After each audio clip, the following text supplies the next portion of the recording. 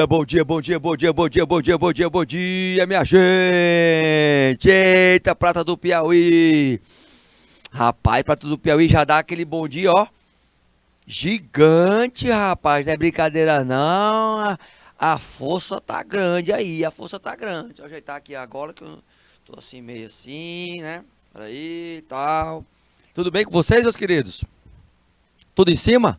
Olha aí, Maria do Carmo Leal dando bom dia. Cadê o restante da galera? Cadê São Julião? Cadê Prata do Piauí? Cadê? A Prata do Piauí já colocou aí. Porto, Palmeira. Cadê aí? Cadê? Aí, Fátima já tá aí também. Cadê Fátima? É? Buriti dos Lopes. Faltou alguma? Faltou a Mariana lá de Seduc, é isso? A Seduc? É, a Mariana também aí. Isso. Show de bola. Então, sextou. Sextou, garotada. Sextou. Vamos que vamos. Recursos humanos, meus queridos. Hoje é um dia especial. Por quê? Porque a gente faz o levantamento de alguns conteúdos que foram marcantes na nossa disciplina, para lembrar um pouquinho o que está aí enferrujado, o que está aí, né, com teia de aranha, né, Franciele? Olha, Franciele esticando o bom dia também, certo? Cadê o restante da galera? Eu quero todo mundo, ó, coloca o nome de quem está aí nos polos, tá certo? Coloca o nome de quem está nos polos aí. Vamos que vamos? Vamos lá, gente. Ó, hoje nossos apontamentos são voltados para o quê? Uma revisãozinha básica, certo? E a gente já começa a revisão, ó, tentando recordar alguns pontos sobre essa ética organizacional. No entanto, lá nas primeiras aulas, olha só, lá nas primeiras aulas, introdução à ética, introdução à moral, técnicas e ferramentas aplicadas, porque não adianta nada você ter o conhecimento, e o nosso objeto hoje é esse, é a gente fazer essa conexão entre, ó, entre os três. Nosso objetivo hoje é ampliar isso, tá? No conhecimento científico, abordando algumas perspectivas acerca da moral e da ética, refletindo sobre como a gente pode melhorar e compreender essa aplicação, sabendo o que é imoral e amoral, né? Sabendo o que é imoral, tá aqui, tá junto, mas aqui é junto, não é separado.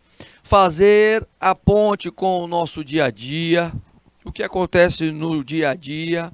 E aí a gente vem com a primeira reflexãozinha, entendendo um pouquinho sobre as discussões filosóficas.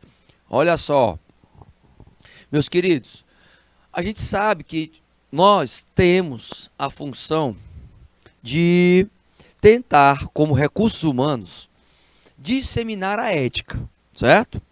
Mas lembra do seguinte, olha só, lembra do seguinte, quando eu vejo situações acontecendo dentro da organização que são, de uma certa forma, né, atitudes antiéticas, lembre-se que, de uma certa forma, também isso vai repercutir em você, sempre. E se eu me omito, a omissão como sendo um comportamento, você está se posicionando, tá? Se você é a favor da ética, você se posiciona também. Se você é contra, né, ou é permissivo com os antiéticos, você está se também tomando uma posição. E se você sabe e não relata ou não tenta, de uma certa forma, modificar aquela situação, você está se omitindo, certo? Então, de cara já levantamos essa questão para vocês, que é uma questão de tomada de decisão. Tomada de decisão, gente, é um comportamento. Então você é ou não é, ou cruza os braços, tá certo? Voltando para os nossos slides. Então veja, tá, primeiro passo é entender que ética é diferente de moral. Eu tenho uma complementaridade? Eu vou complementar? Sim, eu vou complementar. Porém, eu tenho que definir a diferença. Ética, especificamente, esclarece o motivo que leva a quê? A um posicionamento dos agentes sociais. E principalmente o que eu coloquei agora para vocês na tomada de decisão. Por exemplo, a ética nos esportes, não é? Quando você sabe que foi falta, eu boto aí já também um jogo feminino aí, ó. Sabe que foi falta e você disse que não foi. Você está tendo postura antiética. Porque você sabe que a falta, o nome falta, é falta de ética. Por isso que é falta. Foi falta no futebol, é falta de ética. Entendeu? Então, professor, quer dizer que os jogadores, o time que mais faz falta, tem sei quantas faltas de ética. Por aí. É por aí. Só que a gente acha isso comum porque fomos criados numa cultura assim. Agora, se você for ver, por exemplo, culturas diferentes em relação ao esporte, eles pouco cometem faltas. Por que eu estou colocando isso? Porque vai de acordo com a questão cultural. A questão daquele valor que é condicionado aos interesses que você está querendo levantar. Então, entenda o seguinte, quando eu levanto o aspecto sobre o conceito da ética, eu tenho que estar diante também da reflexão em relação à conduta, que reflete na moral. Então, ética é tudo que fazemos, ó o fazer aqui, ó o fazer. Eu antes tenho que ser, né? Depois, para ter, eu tenho que fazer. Então, é o que fazemos quando ninguém está olhando. Opa! Então, isso me mostra o seguinte: quando ninguém está olhando, eu sou do mesmo jeito. Se eu estou, por exemplo, né, lidando com situações de avaliação das pessoas, e aí ninguém está vendo. Imagina aí, o que eu posso fazer com essas avaliações, o que eu deixo de fazer com essas avaliações, e isso vai mostrar em que grau você tem uma tendência, por exemplo, a não ter ética. Porque se eu faço diferente em relação a quando eu estou na frente das pessoas, é porque eu tenho posturas antiéticas. Então, lembre-se que quando eu vou para a moral, aí eu entro com outro conceito. Presta atenção. O conceito é que são normas que são aceitas de forma intimamente, no âmago do indivíduo, porém com uma convicção pessoal. E quando ele fala na questão de refletir sobre os princípios e valores, que é quase a mesma coisa, é a definição de que as normas morais, elas ditam como você deve agir. Ou seja, no trânsito, você não pode passar no sinal vermelho. Isso é uma norma moral. Não se recorre principalmente a entender que a agressão física às pessoas, em um momento de devaneio no trânsito, vamos supor, a pessoa não teve moral, né? Não usou do controle emocional. Então você tem que ter atenção que no cumprimento das leis da boa convivência, por exemplo, é você manter a moral e sendo ético. Todavia, a moral de um povo é o conjunto de quê? De normas. Então, professor, a Constituição é norma? Sim, vigentes, que estabelecem critérios da boa convivência. Dentro de quê, meus queridos? De uma sociedade. O sistema moral ele precisa ser focado nessa questão do bem-estar, do coletivo, entendendo que o meu direito começa onde termina, onde começa o seu. E nesse sentido, dentro das empresas, eu tenho que ter um regramento, eu tenho que ter os regulamentos, eu tenho que ter as diretrizes, os procedimentos. Isso faz parte da construção normativa da moral. Todavia, se eu vou utilizar essas normas da moral, quem vai decidir sou eu. Por isso que aqui tem, ó, sinalzinho aqui da justiça, certo? Por isso, lembra disso. Por quê? Porque o signo da justiça aqui é o equilíbrio, equilibrando. Opa! Este equilíbrio faz com que a gente olhe alguns outros princípios. Olha só aqui, ó, Constituição Federal de 1998. Olha o que tem dizendo aqui. Se você botar uma lupazinha aqui, ó, Estado democrático. Eu tenho um sistema de regras, mas a moral vai fazer com que você possa construir uma sociedade livre. A moral pode fazer com que você avance em uma sociedade que garanta o desenvolvimento das pessoas por meio do quê? De tentar fazer com que elas possam ter os mesmos direitos e que possam manter a sua dignidade. Então a Constituição ela embasa, tem um princípio, por isso que o nome é Princípios Fundamentais, que está lá no fundamento, no início de tudo. Todavia, veja o seguinte, olha alguns exemplos aí que a gente colocou e vamos revisar.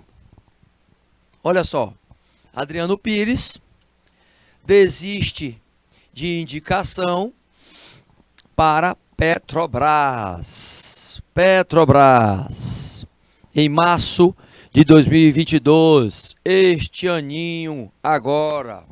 O economista enviou uma carta ao ministro de Energia, Minas e Energia, Bento Albuquerque, dizendo um fator ligado ao estatuto, minha gente, que está escrito aqui pequenininho, mas eu vou ler para vocês, tá?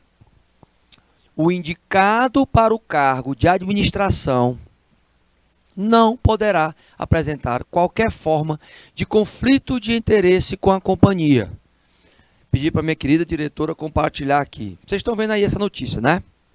Na chamada newsletter do site da CNN. Poucos profissionais, de uma certa forma, pensam desse jeito, tá? Por quê? Tá. É claro que ele tem um respaldo histórico, profissional, a zelar. Então, entenda o seguinte, é claro também que se ele não fizesse isso, a imprensa ia ir em cima dele para dizer que ele tinha um conflito de interesses. Por que conflito de interesses? Conflito de interesses porque é o seguinte, ele atua nessa área, na área empresarial. Ele tem bastante conhecimento dessa área. Ele atua com fornecedores ligados à Petrobras principalmente, tá? E aí ele vai ser presidente? Ele foi cogitado pelo governo federal para ser o representante do governo federal, porque o governo federal tem maioria nas ações da Petrobras, então ela é empresa pública ainda, né? E o que acontece?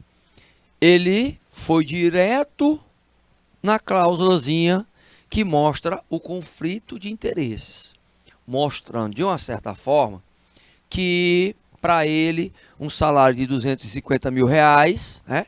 Oi, professor? Um salário de 255 mil reais, certo? Para ele não vai interessar em relação ao que podem depois falar sobre a conduta moral dele e a ética, porque depois vai ser puxado tudo sobre ele, né? Então a pessoa vai assumir um cargo e esse cargo é de uma empresa pública, pode ter certeza, vão levantar todos os dados sobre ele. E se ele tiver alguma situação que impeça, que esteja dentro do estatuto da empresa, porque o estatuto da empresa é o que vai reger, está regendo. Tá? Poderia ele até ser aceito por uma exceção, professor? Poderia, mas não deveria. Em casos assim extremos, o Brasil está quebrando, o Brasil está em guerra, nós precisamos de alguém que tenha uma expertise técnica sensacional e é ele, e vai ter conflito de interesse, aí é outra história, né? Se a gente estivesse na Terceira Guerra Mundial, aí era outra história, podia se abrir um precedente em torno desse grande produto que é o petróleo. Mas entenda que toda situação ela é criada numa perspectiva de quê? Está ligada à moral e à ética de quem colocou a situação e disse que estava impedido, tinha um impedimento em relação a assumir a presidência da Petrobras, tá? Voltando para os slides. Aí você tem, não, de acordo com Clóvis de Barros, filósofo, o que ele coloca? Ética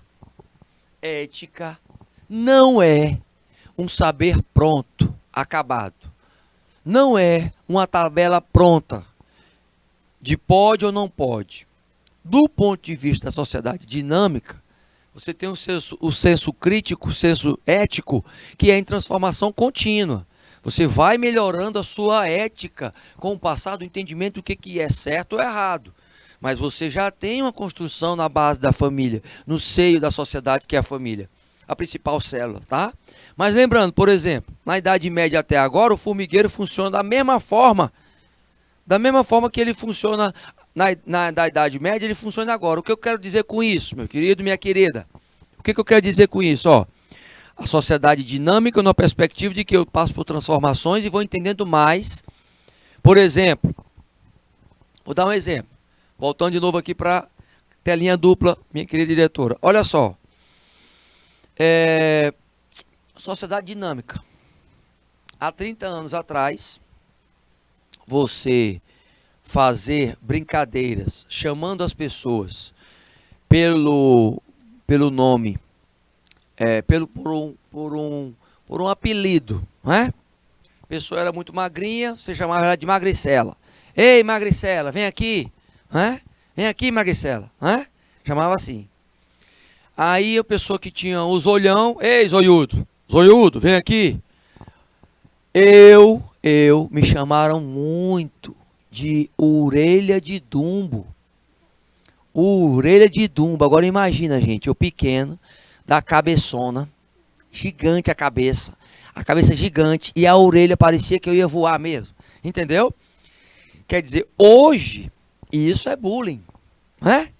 Isso é bullying. Olha como passou como transformação aí. Tá vendo? Né? Você dizer assim, ei, negão, esse negão aí, esse negão. Opa, tenha calma, não é assim não. Entendeu? Por quê? Porque de uma certa forma tinha um viés que poderia ser construído para uma questão pejorativa. Não é? Quer dizer, não é verdade? É o pescoço de girafa, que a minha diretora está falando aqui, ó. Rapaz, não é brincadeira, tu tinha o pescoço de girafa? Tu tinha? Chamavam pescoço de girafa a minha diretora. Imagina aí, ó. Imagina aí, hoje ela cresceu, ela está com o pescoço normal, entendeu?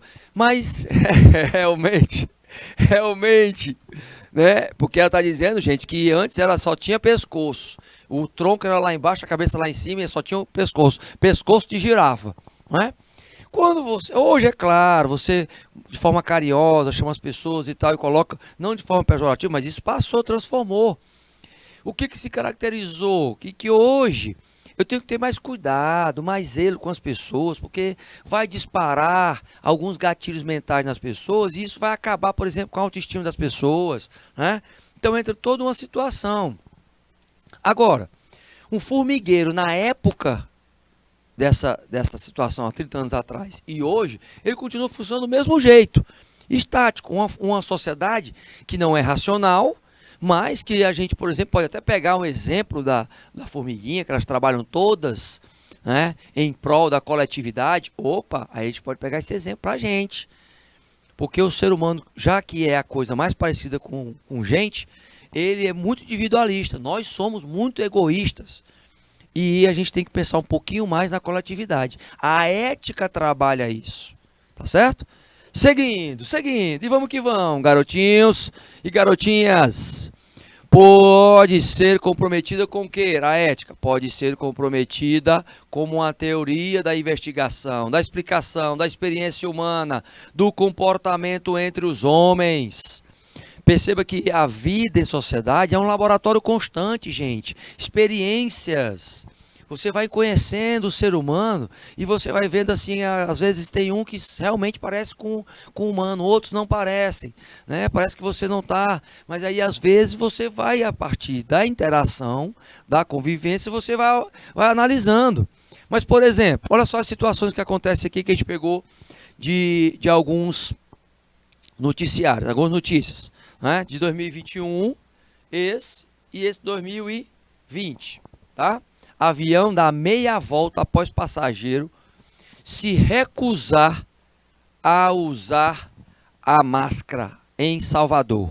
São interesses pessoais que afetam a vida. Eu tenho que saber que eu estou convivendo em comunidade, em sociedade.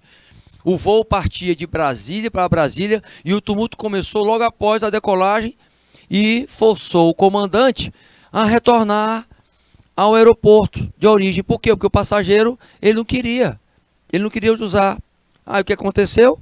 Polícia Federal teve que retirar ele. Porque em prol de quê? Em prol de um bem coletivo. Federação do Comércio pede reabertura gradual. Aí vem a proposta que foi apresentada pelo governador, o Renato Casagrande, estabelecendo a reabertura gradual a partir de quarta-feira, que era no dia, 2020, durante a pandemia. O comércio fechado desde o dia 20 de março, ele já estava nessa perspectiva de abrir. Opa, aí eu tenho que refletir, porque ninguém conhecia na época o vírus, ninguém sabia a dimensão dele. Então, o planeta todo ficou assustado. E infelizmente, gente, a gente tem que estar preparado para tudo, porque do jeito que alguns aprenderam com essa pandemia, tá? Em ter mais higiene, em ter mais coletividade, só que outros não. E possivelmente, gente, a gente possa passar por outras pandemias, sim. A gente pode passar por outras coisas piores que vão vir por aí. Então a gente tem que estar preparado para isso. Temos que estar preparados para isso. É claro que nunca a gente vai estar preparado 100%, mas a gente tem que estar preparado, porque aconteceu, professor, aconteceu agora só daqui a 100 anos de novo. Não, não é assim não. Não é assim, gente. Nós estamos num momento de extrema delicadeza em relação à natureza. A agressão à natureza está sendo muito grande, então nós estamos recebendo também um troco, certo? Agora, olha só.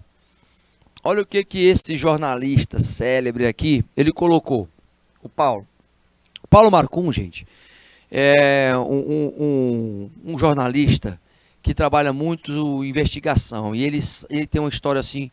Depois você pode pesquisar sobre a biografia dele na web. E ele levanta muitos casos. Ele tem assim um faro muito grande para investigação, né? E aí aqui fala a perspectiva dele levantar, né, que foram encontradas provas acerca, por exemplo, de um caso de investigação que levou um reitor em Santa Catarina ao suicídio. Certo? Levou, não é? Foi feito todo um trabalho, a investigação foi encerrada, mas olha só, não foi encontrado prova que o reitor ele tivesse cometido algum crime. E ele se matou por isso. Por quê? A vergonha, gente. A vergonha em relação a terem pelo menos levantado, gente. Levantado essa hipótese. Olha que coisa. Olha que pressão, minha gente.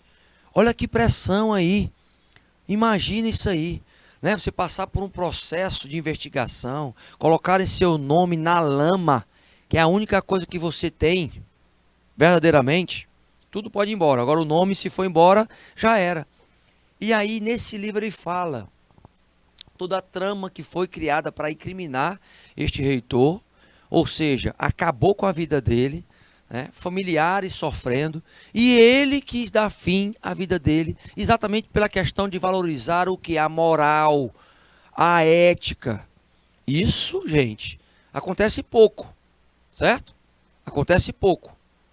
A gente sabe muito bem disso. Os últimos anos no Brasil é que tem as revelações acontecendo, mas na Ásia, por exemplo, no Japão, vira e mexe nós temos alguns grandes profissionais cometendo suicídio. Por quê? Porque envergonharam ou foram acusados de algum crime. E às vezes não é nenhum crime, assassinato. É alguma coisa que tem suspeita de desvio, por exemplo, de dinheiro e tudo mais, e a pessoa se mata. Porque não quer colocar o nome da família na lama, nos noticiários. Então, isso mostra o valor, né? A que ponto chega também, tá? Você não ter as provas e ser alardeado que aquela pessoa ela não tem ética, que ela cometeu, né, desvios, que ela cometeu crimes e não ser comprovado, mas já foi para a mídia, já a comunicação já foi feita.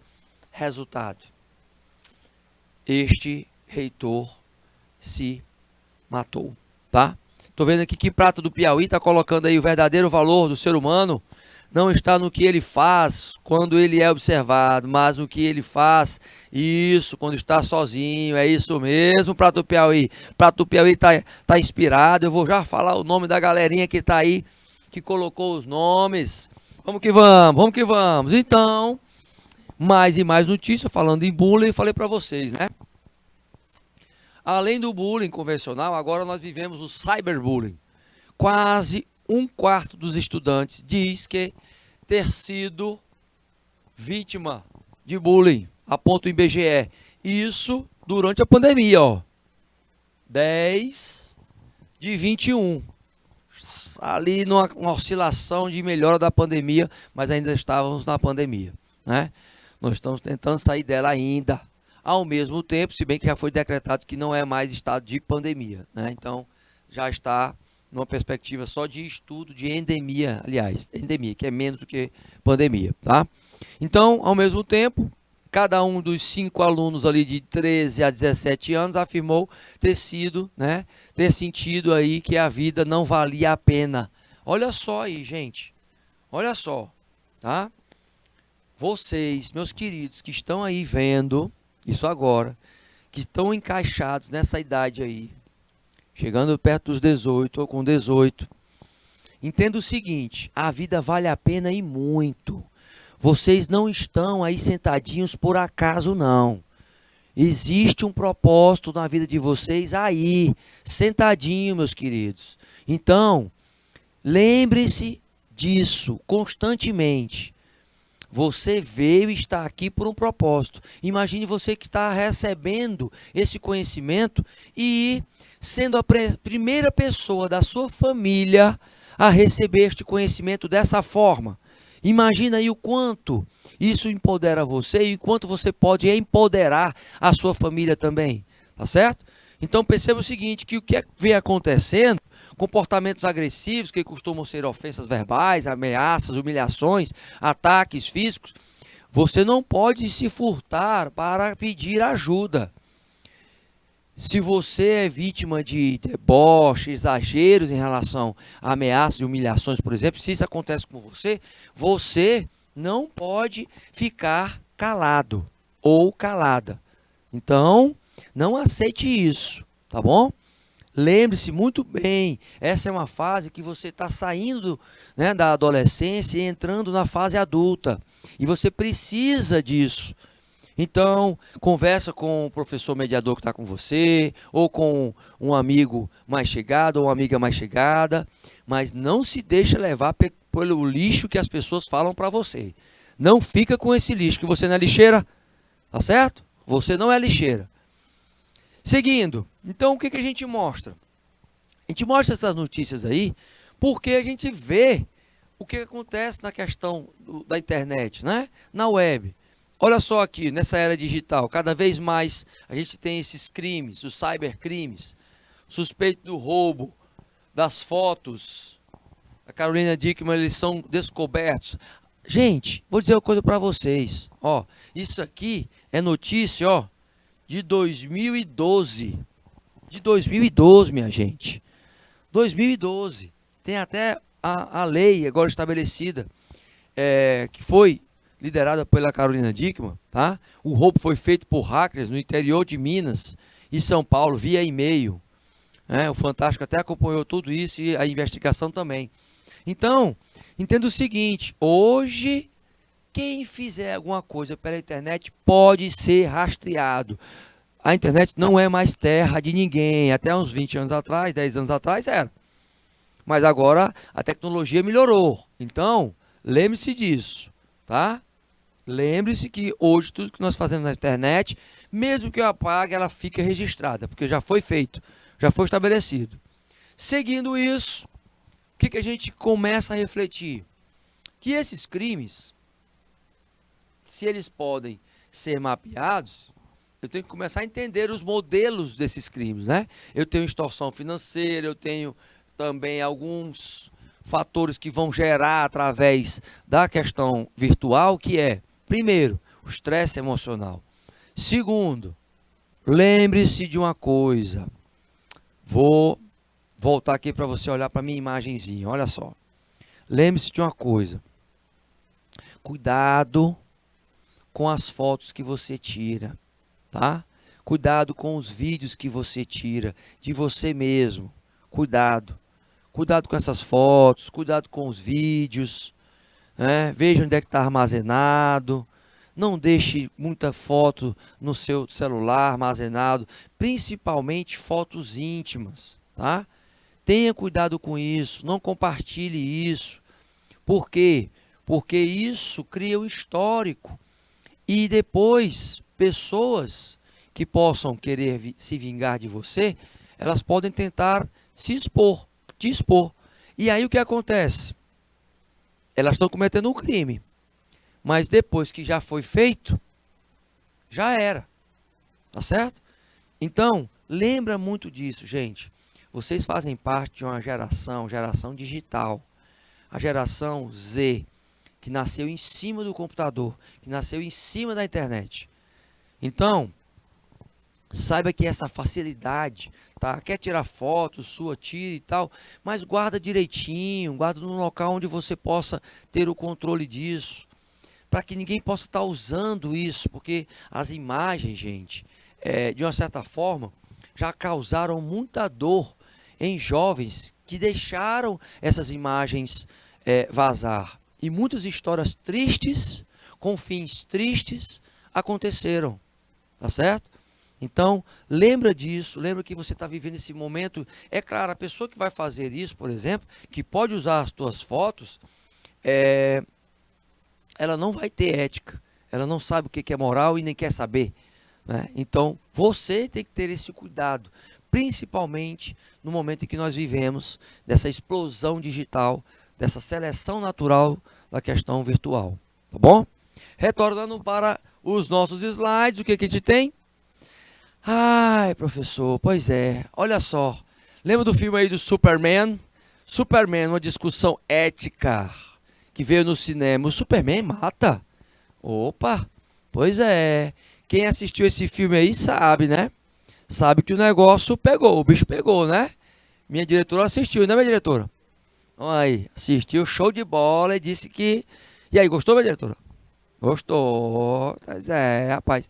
E aí tem um dilema grande aí, né? Ele tem atitudes aí que você pode colocar, foram éticas, não foram éticas. Então, de uma forma lúdica, trazendo uma figura emblemática que a gente, por gerações, né? Várias gerações sabem da história do Superman. E aí? Como é que fica essa situação? Essa situação se coloca, gente, que até nós que somos pessoas do bem, podemos um dia falhar, né? E aí você apontar o dedo para uma pessoa que tinha uma história de respaldo ético e moral, e ela cometeu um erro, aí entra uma outra perspectiva. Tá, existe justificativa? Depende, existem discussões acerca disso, e aí é uma discussão muito grande, tá? Mas fica a reflexão para você. Lembre-se, nesse conceito, se até o Superman erra, né? Imagine a gente. Porém, a gente não pode colocar isso como uma condicionante, tá? Mas aí, foi ético, por exemplo, criar a bomba atômica, matar milhões de pessoas? Milhões, gente. Não haviam os filósofos aí para questionar? Né? Olha quanto o Japão, Hiroshima e Nagasaki sofreram. Até hoje, aquela mocinha que corre, né, da bomba, não sei se a minha diretora tem como buscar, que acho que na internet estava buscar assim, moça que corre da bomba de Hiroshima. É uma imagem extremamente forte, que ela sai Eu acho que é essa daí mesmo, né? Tem uma imagem dela correndo, nas imagens eu acho que deve ter, essa daí. Né? Uma que ela tá correndo e ela tá sem roupa, e tem outras também que estão com roupa. Mas até hoje, gente, ela se trata. Ela já fez não sei quantas plásticas para se tratar. E ela tem um livro, né? Ela tem um livro e esse livro aí, ela tem um livro falando da questão do perdão. Falando da questão, né, do quanto ela sofreu, minha gente. Do quanto ela sofreu. Então, meus queridos, não é brincadeira não. Quer dizer, e hoje você vê, por exemplo, as últimas notícias em relação aos Estados Unidos, está fazendo testes intercontinentais. É a Rússia fazendo lá do outro lado e os Estados Unidos fazendo desse lado agora. Quer dizer, das Américas. É como se fosse assim, um manda dizer que tem, o outro vai dizer que também tem, e a qualquer momento. Agora, vou dizer para vocês, se nós tivermos a Terceira Guerra Mundial, metade da população vai embora. Se com um vírus, mais de 6 milhões de pessoas no mundo morreram, tu imagina aí, com uma Terceira Guerra Mundial. Você imagina com a Terceira Guerra Mundial, onde é que entra aí a moral? Onde é que entra? Não é? Tem como, minha diretora? Pegou aí? Conseguiu pegar? Pai, minha diretora está se garantindo, ó.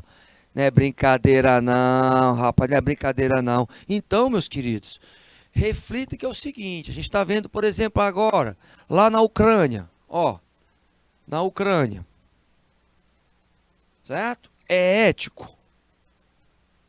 Na Ucrânia é uma guerra, e guerra é ética. Na Ucrânia, gente, a única coisa lá que é ética é a luta pelos direitos deles, entendeu? Eles estarem defendendo. Porque o resto, a verdade já não existe mais. Já não existe mais essa verdade. Então, a gente já sente isso, já de cara, tá? Já sentimos isso de cara, que não tem mais para onde correr. E aí, o que a gente tem? Nós temos aí nossa fotozinha. Tá quase. Ela tá. Eu vou passar e aí a gente volta depois para ver. Então, esses grandes laboratórios que são as guerras, que é a sociedade, meus queridos, é para que você entenda a bússola qual é, o comportamento ético. Até que ponto, numa guerra, eu tenho um comportamento ético? Não tenho. Até que ponto, se você cria um sentimento de conflito dentro do ambiente de trabalho, ele é ético? Posso colocar? Olha aí, gente, minha querida diretora colocou aí a foto da criança correndo. Olha só, a foto da criança correndo. Ela é a que tem o livro. Tá vendo aí, gente? Pois é. Ela é que tem o livro. Agora, ela no livro, ela fala de ética, ela fala de moral, ela mostra. Isso aqui é ela hoje, né, minha diretora? Essa próxima aí, olha aí, ó. Ela hoje, ela está aí, ó. Tá vendo, ó? Isso. Não sei quantas, né? Não sei quantas plásticas ela fez. Não sei quantas plásticas ela fez. Quer dizer, e ela dissemina o perdão, mas sempre colocando a luta do comportamento ético diante de um sistema moral que tem que existir e que tem que estar buscando o bem-estar da coletividade. Da coletividade. E o livro dela é esse aí, né, minha diretora? Show de bola. Aí tem até o título, né? A menina da foto, é isso? Olha aí. A menina da foto.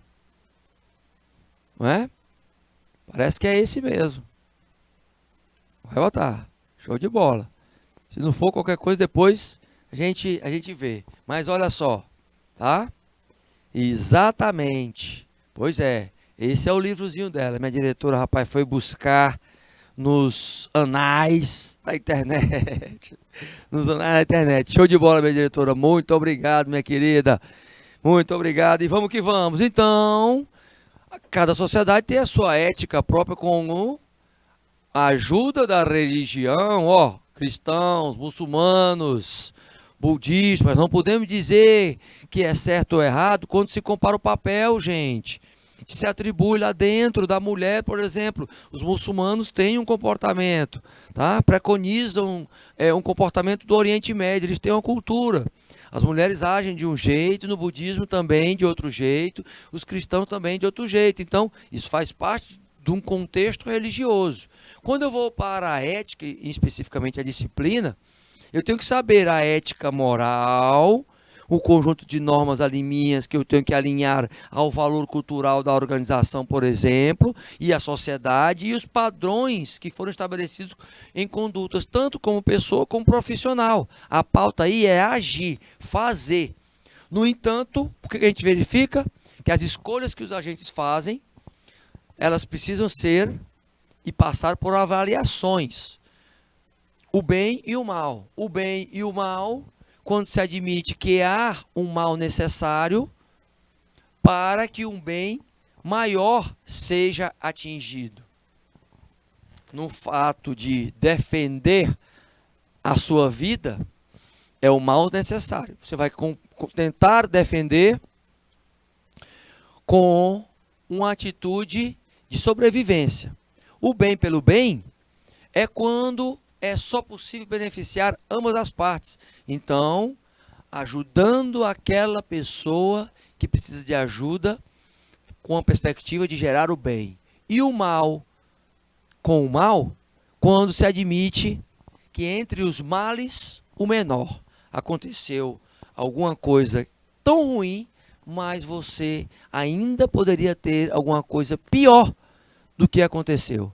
Então, isso mostra uma perspectiva de avaliação de bem e mal, que faz com que você reflita sobre os conjuntos éticos. Até mesmo Einstein colocando o valor da simplicidade, da liberdade de cada ser, a recusa de dogmas e normas, e a submissão, mas numa perspectiva de levantar a crítica, a aceitação em relação àquilo que você pode compreender, e a fama da cautela, que merece cautela principalmente, né? Fama é uma coisa, sucesso é outra, mas a inveja, um sentimento que nós temos dentro de cada ser humano, e ressentimento principalmente, que só vai piorar é a vida de quem está sentindo inveja e ressentimento. Valores que podem ser analisados numa perspectiva de entender um pouquinho mais o ser humano. Por exemplo, quem tem repúdio à escravidão, a confiança na criatividade do ser humano, a crença de que os males são resultado do desamor e da ignorância, isso é uma crença, certo? Que nós seres humanos temos. Uma aceitação de que não se ensina ou aprende o que se ama, o que não se ama, ou seja, olha só como ela é simples essa frase, mas ela representa muito a aceitação de que não se ensina ou aprende o que não se ama. Então você está fazendo um negócio só para fazer, sem ter dedicação, entusiasmo, amor por aquilo que você está fazendo, pode ter certeza, você não vai conseguir assimilar direito. Aprende a assimilar a situação e entender o processo. Tem gente que quer chegar no final da viagem, assim, num passe de mágica, e não quer passar pelo processo. Opa, vai ter que passar pelo processo. Vai ter que passar pelo processo, meus queridos. Olha só, tem gente que está reclamando, por exemplo, fazendo uma viagem, né? Poxa, tá chegando, tá chegando. Poxa, que demora. Poxa vida, vamos ter que fazer não sei quantas escalas, vamos ter que passar com não sei quantas cidades, vamos ter... Está reclamando do processo. Do processo. Não quer chegar no oásis, não é? Tem que passar pelo deserto. Entendeu? Não existe oásis sem deserto, minha gente. Não existe. Quer dizer, a pessoa que é assim, ó, pufo, como um passe de mágica, igual aquela Gini e o Gênio. Gini e o Gênio. É antigo, ó. É o novo, professor. É o novo. Gini e o Gênio. Eu acho que eles nem sabem é essa época da feiticeira. É a feiticeira, né? Que tinha Dina Eugênio. Eu acho que eles nem lembram, nem sabem quem foi, Dina Eugênio. Depois entrei no YouTube, bota Dina Eugênio, tem uns videozinhos dela lá e tal. Mas não é um passo de mágica, não é, né? O gênio da lâmpada dos 3 desejos, ó. Já pensou? Se você fosse fazer o pedido dos 3 desejos, o que você pedia? Eu pedia sabedoria, discernimento, e no terceiro eu ia pedir mais 3 mais 3 desejos, entendeu? Resultado, porque aí ele não quer acabar, né? Resultado, então pronto, já, poxa professor, olha que sublime que o professor ia fazer, né? Porque você está dizendo, ó, professor, eu ia pedir sabedoria, ó, e no segundo ele ia pedir discernimento, aí no terceiro, né, que ele vem, vai ser mais sabido ainda, né? Que é exatamente pedir os 3, mais 3 desejos. Brincadeiras à parte, meus queridos, nesse fator dos princípios de analisar as regras, a sociedade, você tem que entender o seguinte, os valores pessoais, eles vão estar sendo sempre confrontados com os organizacionais, tá? Elas primam pela transparência, então eu tenho que ter na prática a transparência. Ainda sobre essa questão dos valores, eu tenho que saber o seguinte, o que vale para você não vale necessariamente para os colegas, tem certeza disso? Pois é.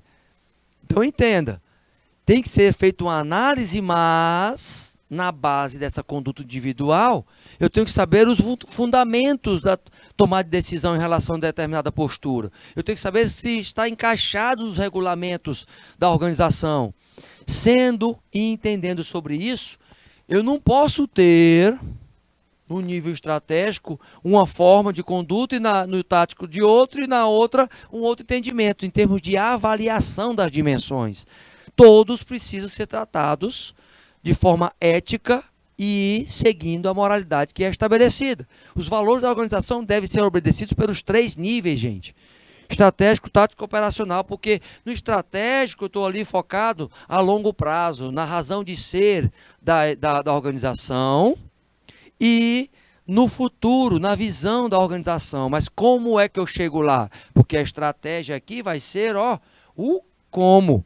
O foco estratégico é o quê? No agir, no executar, mas também no monitoramento. Os gestores estão aqui, os supervisores no tático, mas verificando se tudo está sendo feito de forma ética, as condutas estão realmente estão alinhadas com as nossas diretrizes. Opa, sabendo disso, eu vou mapear e lembrar a todos os indivíduos os princípios que estão lá enraizados nos valores.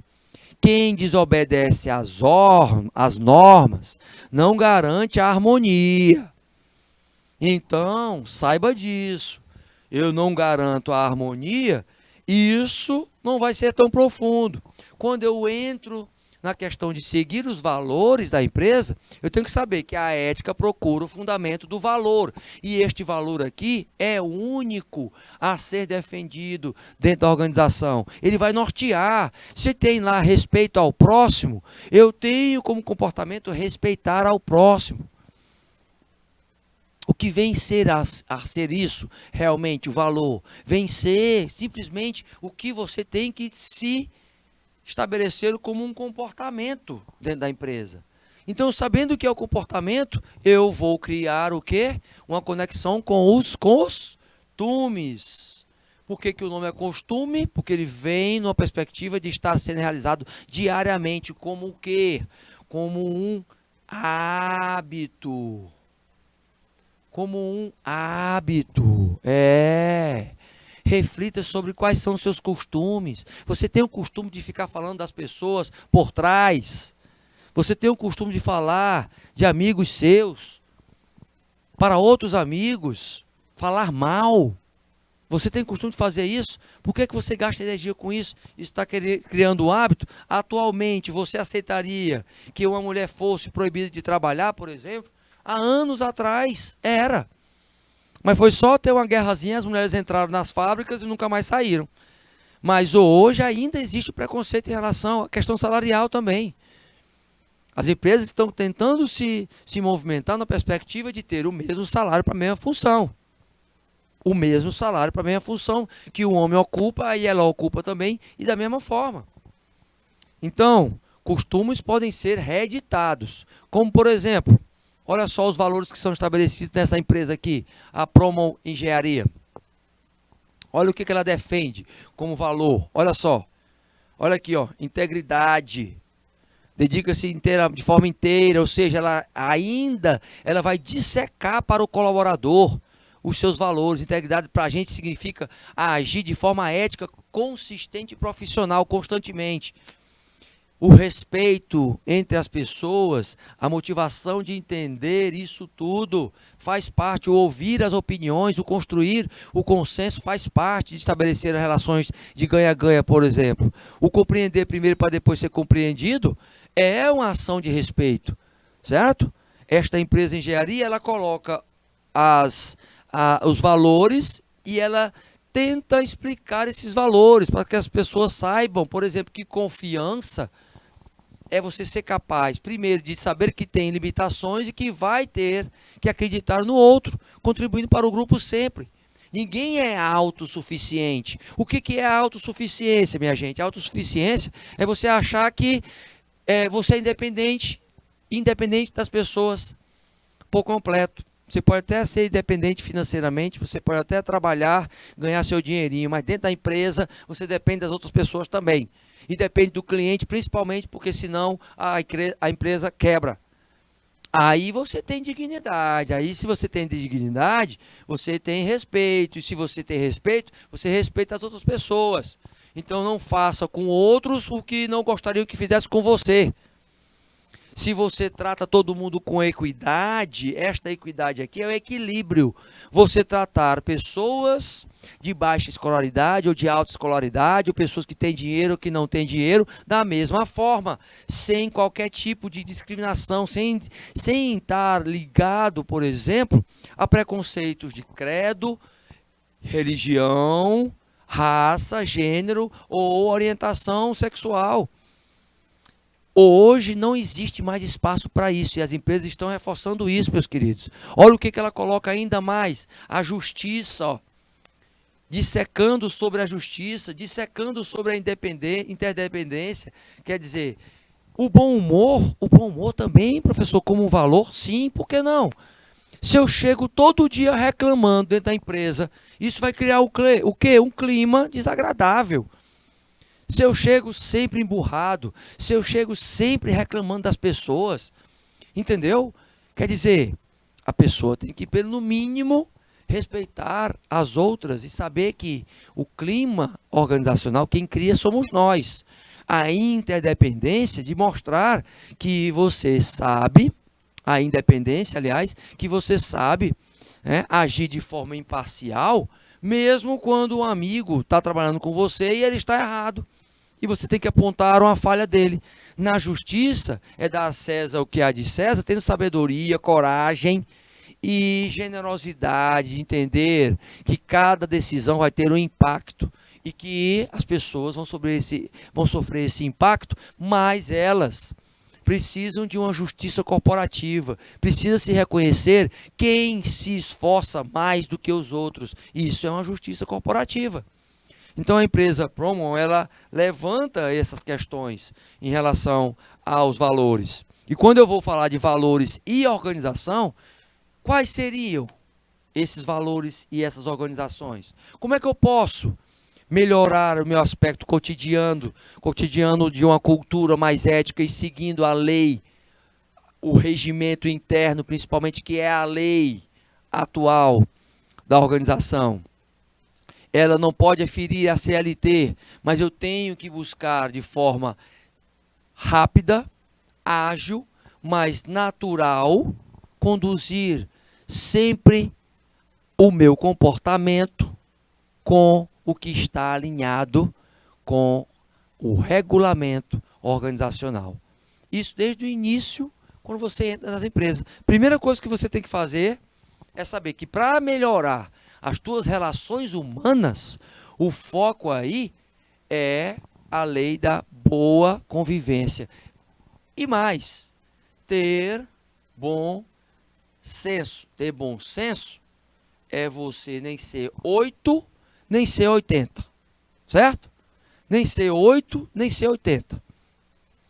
Então, relações humanas dentro da ética organizacional e profissional serve para isso. Para você se aproximar das pessoas, entender um pouquinho mais delas, mas saber conviver com elas.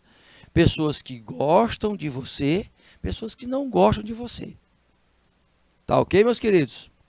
Nós vamos agora encerrar a nossa primeira aulinha. Eita, que passou voando, passou voando. Eu quero todo mundo aí juntinho na segunda. Aí na segunda aula eu vou falar o nome da galerinha que foi colocado o nome aí, tá certo? 3 minutinhos, retorno já. Fui!